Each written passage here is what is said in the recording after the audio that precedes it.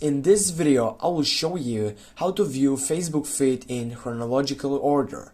Firstly, you need to launch your application. Then, when you get up right here on your site selection, which is called System Site Feed, you know that site, which is so important for you.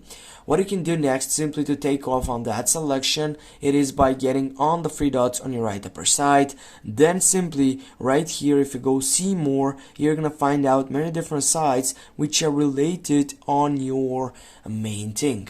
Alright, from here, what you can do to take off on that selection, you can simply go on the site, which is right down, go for recent and favorites.